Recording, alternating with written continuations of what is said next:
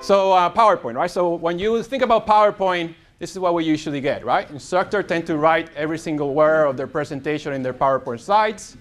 This makes it difficult for the student to pay attention and also to concentrate on the message. Of course, this helps the instructor because it makes it easier to memorize the lecture while at the same time allow him or her not to face the students, which may cause panic. Nevertheless, this tends to cause the students to get bored out of their mind. All right, so we've seen this a bunch of times. Right? No one will put this whole thing on PowerPoint, but we see this, right? We know that 1-7-7 rule, right? This is have only one main idea per slide, insert only 7 lines of text maximum, use only 7 words per line maximum. The question is, does this work? Is this method really good advice? Is this really an appropriate, effective visual? This slide has just 7 bullet points.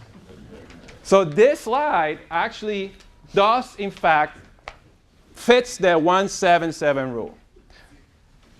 Many of you have seen this slide before, have been scared out of their mind every time you see this, or are automatically put to sleep. So what I'm going to do today is to shatter this and give you a complete new way of presenting with PowerPoint, right? I'm not saying that we should get rid of PowerPoint. I'm actually made the argument that you can use PowerPoint in a very effective way. You just simply use it differently. And the way I'm going to do this is by giving you 5 basic principles. Hopefully we have enough time to cover all the 5. The first 3 takes a long time. The last 2 actually are pretty quick. I'll give you 5 main principles or tips on how to convert your PowerPoints from this into a more effective type of presentation technique. Make sense?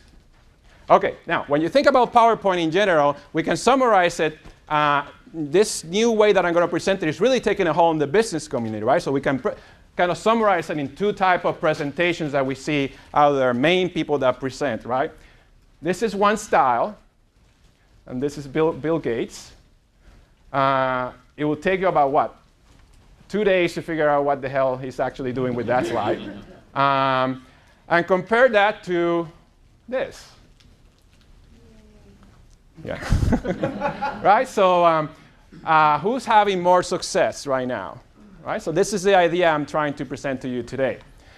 OK? So first principle. The first principle, and by the way, a lot of the stuff I'm going to talk about today, they come from many different books, but one of the main books, and I'm going to recommend 2 books for you today. The first one is this one. So a lot of the stuff I'm going to do today actually come from this book. How many of you have read this book? Excellent. So you learned something good today. So presentation send, right? So a lot of the stuff comes from here. I strongly recommend it. But one of the main points he actually said is that you don't want you have to decide what you want. You want a presentation or you want a document. But you cannot have it both ways, right? A presentation cannot be a document.